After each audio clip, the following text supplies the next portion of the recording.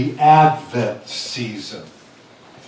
Who can tell me, remind me of, what is it that we are anticipating? This is Advent, means the coming. What are we waiting to come for? What are we anticipating? Anybody? The birth of Christ. The birth of Christ. Okay. The birth of Christ. Is there anything else that we're anticipating along with the birth of Christ? It's the coming of the kingdom, the reign of God in our lives and here on earth.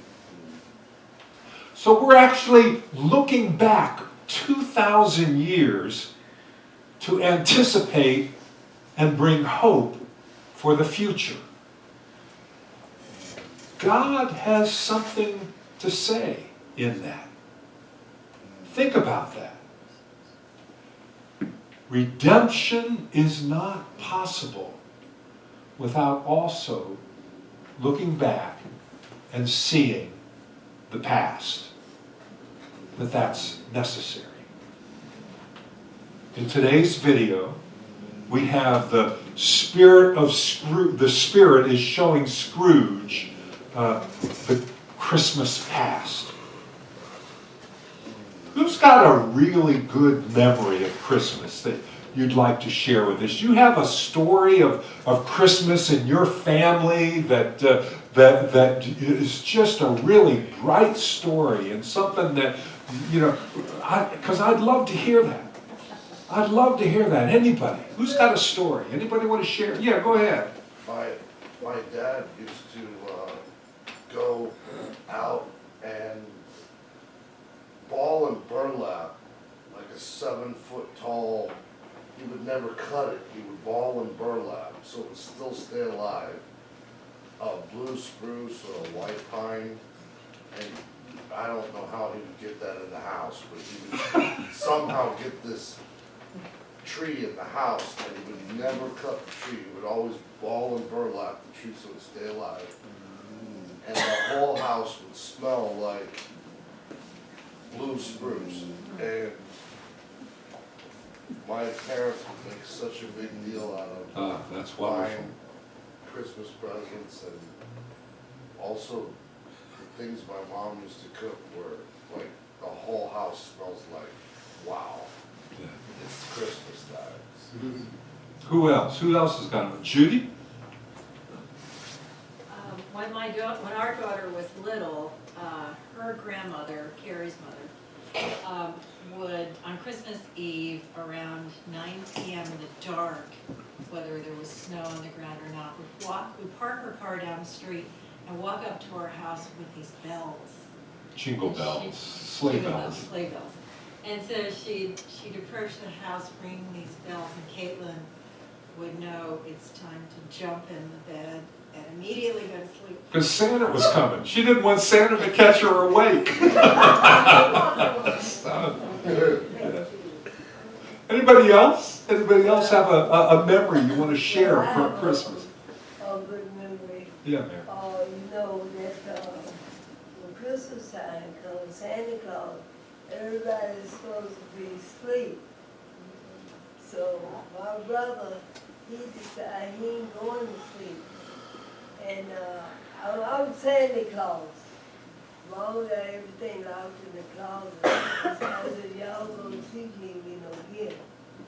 So what I did, I went around everybody's bed by their pillow and put ashes by their bed. Because you got to go to sleep on Santa Claus give you ashes. So my mom ain't say nothing. She just sit there and look to see what else I'm doing. And she said, why did you do that? I said, well, you put ashes, they'll go to sleep because you get scared. And mine and my brother went to sleep. So then morning comes, everybody go and give me gifts because I put all the gifts on the tree there. And then after I did that, my mom said, let me tell you something. It might be Christmas, unplugged up this washing machine. And everybody's bed that you put the ashes in, you go to wash them sheets and pillowcases. And then I had to wash them and put them all outside. So I got mad. And I said, 'cause that's not right. If I'm be Santa Claus, you supposed to let me do this. She said, but I didn't tell you that you were gonna watch me. I didn't say anything, so then, that's Mama's birthday too. And, she poured and gave everybody a list of what to cook for the celebration, okay? You got memories that go way back, Mary. Let's hear another memory from someone else. Jackie? One of my memories is, when I was living on Duke Street in Old Town, 1309, matter of fact. I come from a family of 10 kids. And so waking up and you see the 10 stockings, you know, on the mantle. And back then, not like today, we used to get apples, oranges, nuts, candy canes in your stocking. And I used to love taking the orange and putting the hole in the top and sticking the candy cane down in the orange, and that was one of my fond memories of Christmas. That's a great thing. You and I are the same generation. I got apples and oranges and walnuts and that sort of stuff. And You know. no, you gave me the cold. Rosalind, what's your memory, Rosalind? My brother still talks about this today. We had this old foil tree.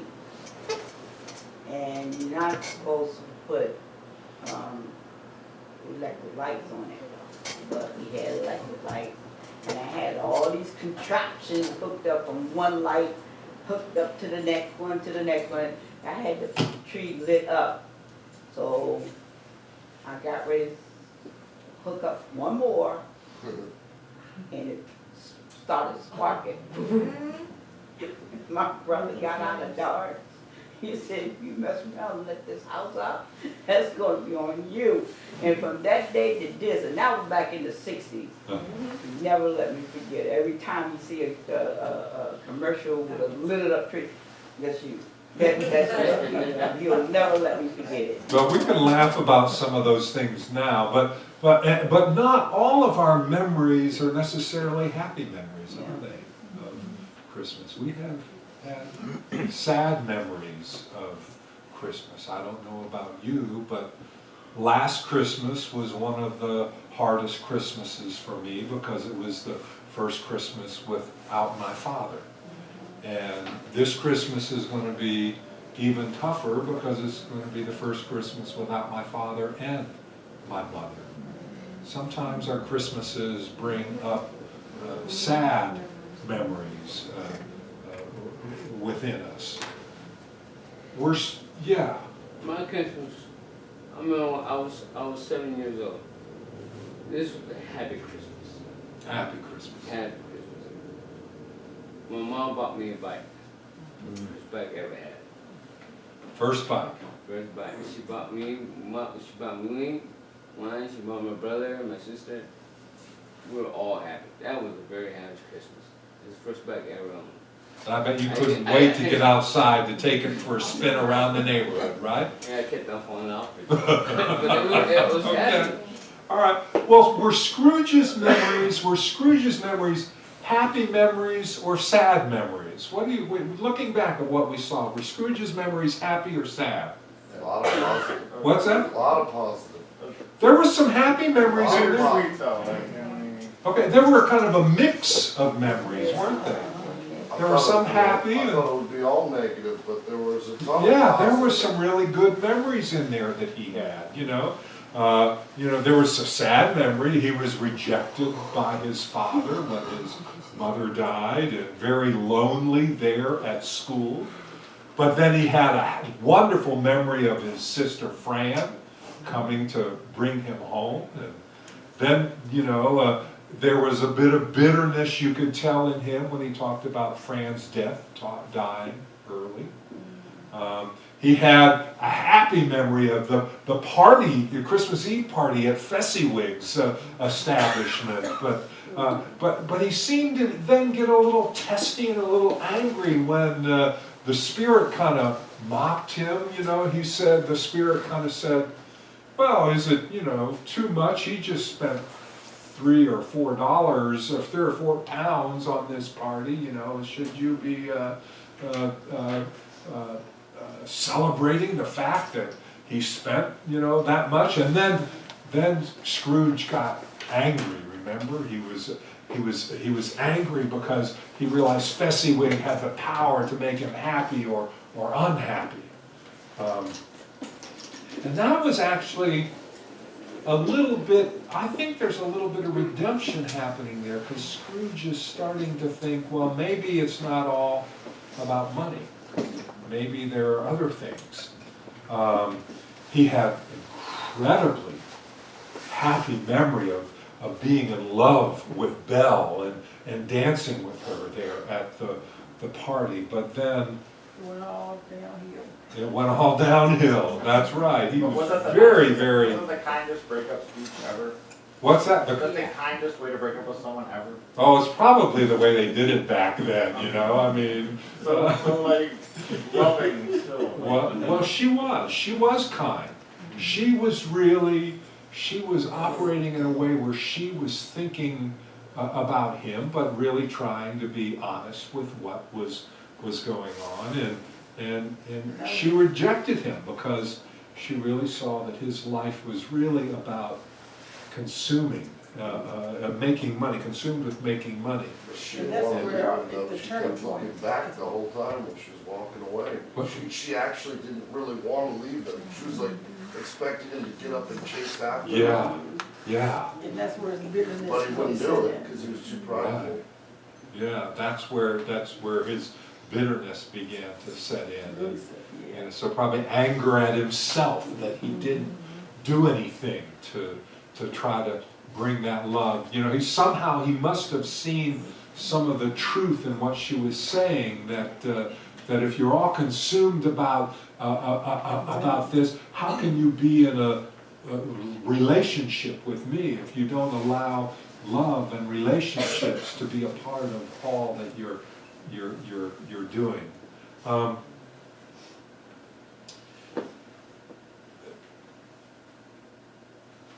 Look, we're actually going to come back to that. But one of the things I love about this season, one of the things that I love about Advent is this time of year, the days are getting shorter and the darkness is getting much longer. So what do? We hang bright lights on our house. We put out lights to dispel the darkness. And with each light that we hang, I get a little sense that we dispel a little bit of the fear, a little bit of the darkness as we hang these lights. And Dickens has masterfully painted a picture of Scrooge, both literally and figuratively, when he starts open this story of In the Dark. Remember last week how dark things were and in Scrooge's business, and it was cold, and you know, it just felt very oppressive, both in Scrooge's demeanor, but as well as the way the weather was and the coldness, and you know, he doesn't even allow Cratchit to put another piece of coal in. He only wants that one single piece of coal to give light and to give warmth. But then what happened in today's video?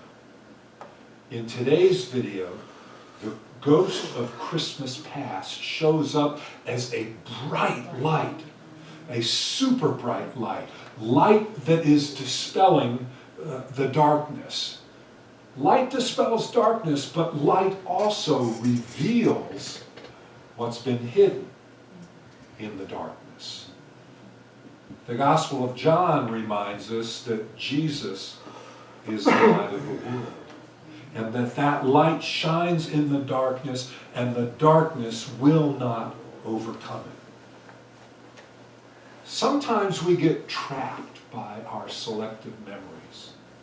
And sometimes we avoid pain by refusing to look at our memories, refusing to look at that which caused us pain. We prefer sometimes to have it undealt with, back in the recesses of our mind. The problem is sometimes we put a lid on our pain, and that causes it to fester. And then festering turns into bitterness and anger about the situation.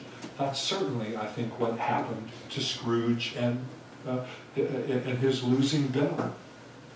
The lid we put on our pain sometimes is a lid that also covers our joy. And we need to think about that. If we don't deal with our pain, sometimes we're putting a lid and not dealing with and allowing joy to come into our life. Let's go back to that conversation between Ebenezer and Belle. What do you remember about that conversation between Ebenezer and Belle? Anybody? Just what are the thoughts that you remember? What are the things that come out to you from that? Anybody? She said something about how he was different when he was less rich when they first made the vows or something like that. Yeah. You know, he said He was a different person. Yeah, he was a different person, and then when he got where he was, things became a little bit more difficult, I guess. Okay. Anybody else? What do you remember about the conversation? She told him that he's become like completely obsessed with money, and we're supposed to increase our fortunes together as we're in love together, but it's like he's totally OCD, laser focused on that and only that. Do you remember anything earlier in that conversation? Do you remember how that scene starts off? What Scrooge is saying as that scene starts? Anybody remember that? Scrooge is kind of expressing I take it as him expressing his frustration at the world, that he says there's nothing in this world that is worse than poverty, and he talks about how bad poverty is, but then he says, but there's nothing that the world condemns more than the pursuit of happiness.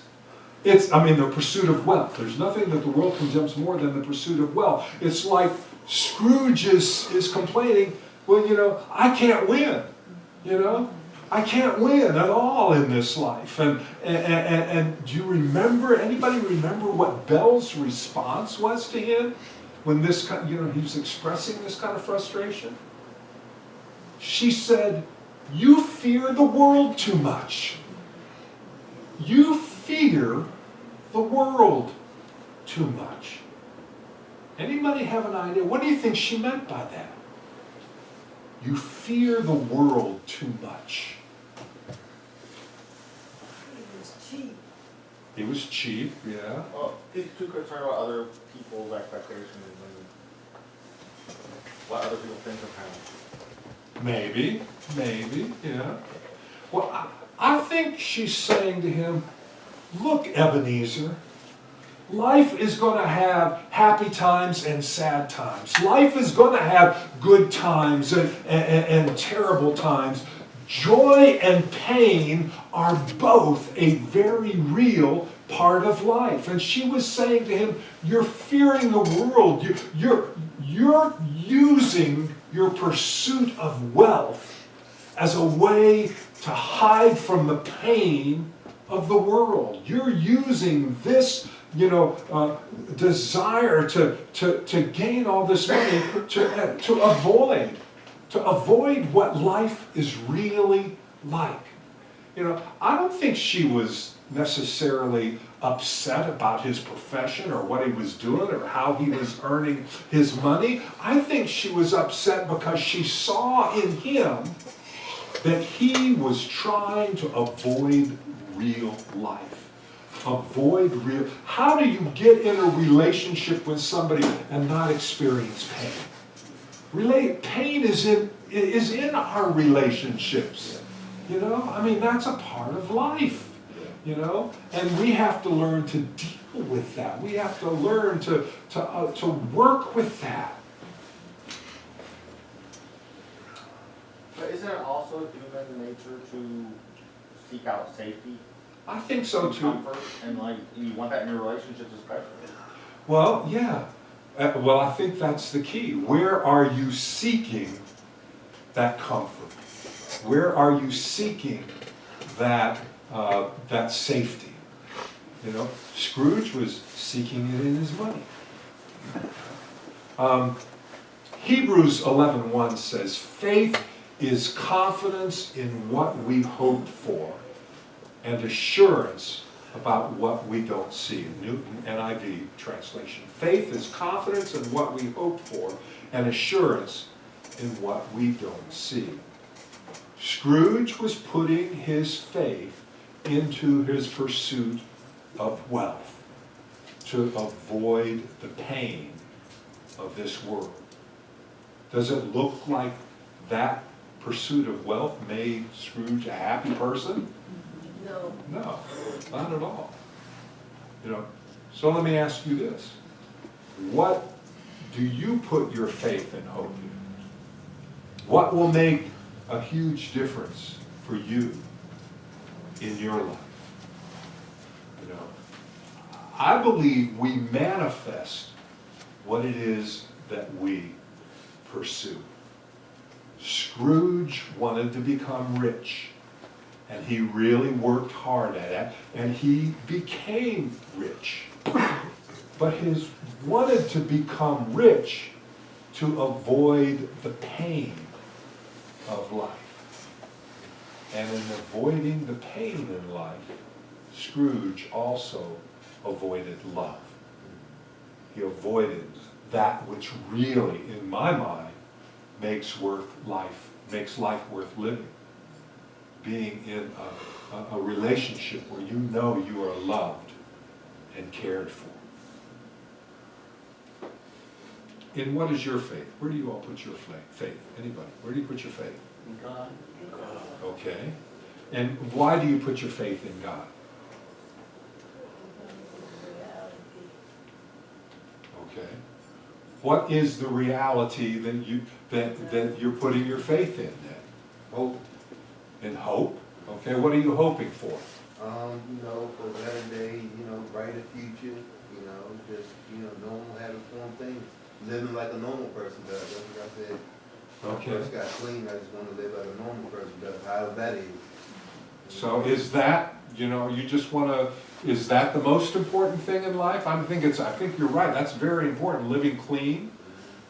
But, you know, what is it that you're putting your hope in? Is I it, just ask God to keep His promise from me, because, you know, I'm a person that came from a long way, okay. you know, long way. And what are his promises? You know, just keep me cold turkey. Okay, You know what I mean? he treated, you got through cold turkey. I just didn't, you know, I stopped on my own. I mean, it was not a brag thing, but, you know, I kind of got to where I am on my own. You know, I did have some cancer and stuff like that, but, you know, a lot of my life's expectations, you know, I perceived on my own. It's the only way, you know, I couldn't do it no other way. You know, I tried the other way. So is your hope solely in your own strength to do it on your own? Well, no, not at all. Okay. No, just, I thank God for everything He done for me, because, you know, my own mother couldn't get me to go to church when I was young, in my teens, you know. I'm 50-something now, but, you know, I came here in the area, I'm from the county, but I came here on Richmond Highway 4 years ago, you know, and I live in New Hope housing. And, you know, I found me a church, you know, I said I was gonna find me a church, you know, so I could focus, you know, so I never looked back, and I've been that way ever since. Okay. Every now and then, I fight depression off and on for the last 20 years, but, you know, through some counseling and stuff like that, you know, kind of work my way through it. Yeah, I thank God for everything, man, because, you know, I was a person that led a savage life, you know, and I was always in trouble, you know, just, you know, it was a series of events. And God has made a huge difference in your life. Sure has. All right. To God be- Rosalind, what do you hope for? Where do you place your hope? Well, I believe that the Lord loves me and He asks for me to trust and believe in Him and follow His laws, which is the 10 Commandments. If I trust and believe in Him, of course I'm going to have downfalls. But it's the way that you accept the downfalls. You always learn from it. You don't sit down and say, oh, woe is me. You know better than anybody. Well, I'm no better than anybody else. The Lord is the one who died on the cross for me. He took that pain and rejection for me. So, because of that, I feel that, you know, He loves me and He's going to bring me, you know, to a better place. So, I don't put my trust in man, I put it in the Lord. Okay. During Advent, we are looking toward the birth of Christ. We're looking toward the coming of the kingdom. We're looking for Christ to be reborn in our lives. So let me ask you that. What is going to bring that Advent hope to reality? What makes God's kingdom here on earth a reality? Pray out and believe in Him. Okay. His children. His children, prayer and believing in Him. Somebody said something over here. Us. What? Us. Us? Is that what you said? Yeah. Faith.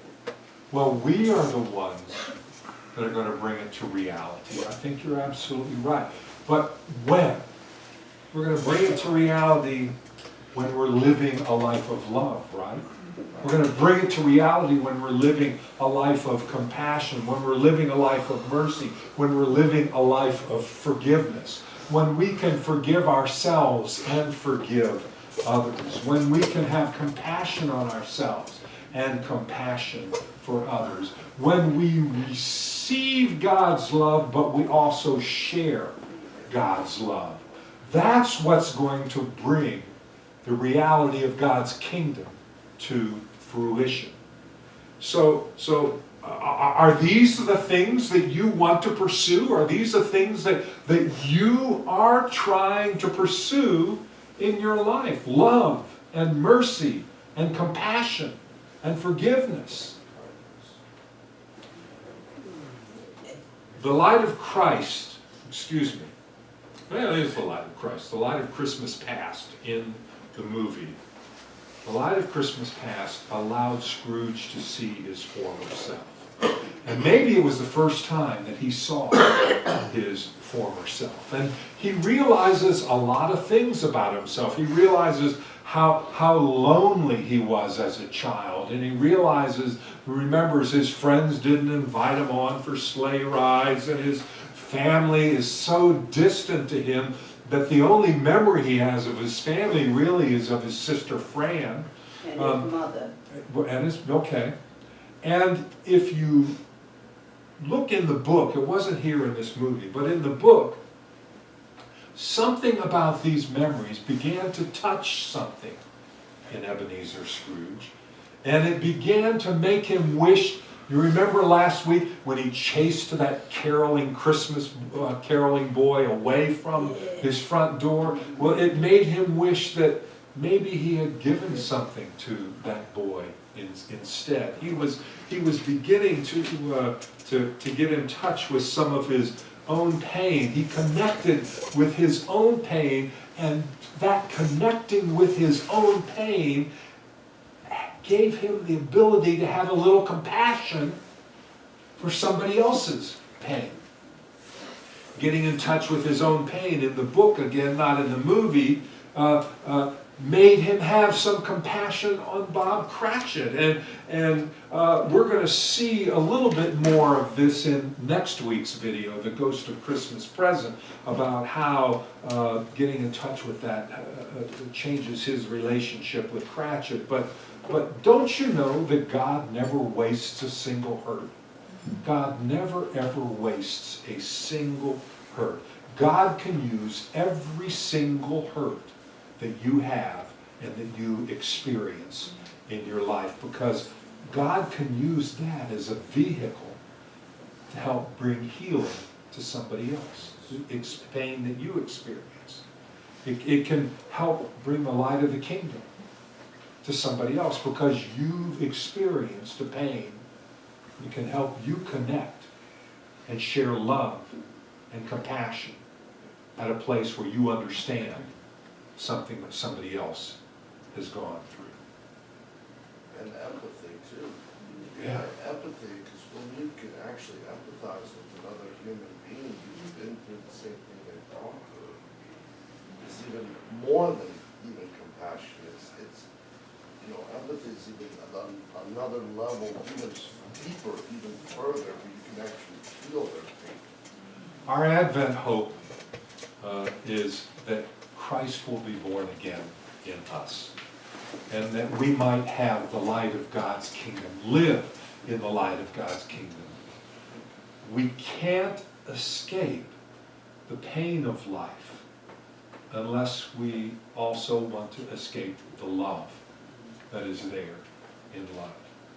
Our pain is to be faced so that our pain can be redeemed. Christ died a horrible death and was raised to life. He didn't do that to do away with all of our grieving and pain. Christ's life, death, and resurrection happened so that we might have our brokenness redeemed. So that our faults don't end up defining us. So that sadness, the sadness in our life, is not the end of the story. Will Scrooge end up having a change of heart because of the appearance of the ghost of Christmas Past? Well, you got to tune in for the next 2 weeks. Tune in the next 2 weeks and find out what happens with Scrooge. Next week we'll see the ghost of Christmas Present, and the week after that, the ghost of Christmas Future.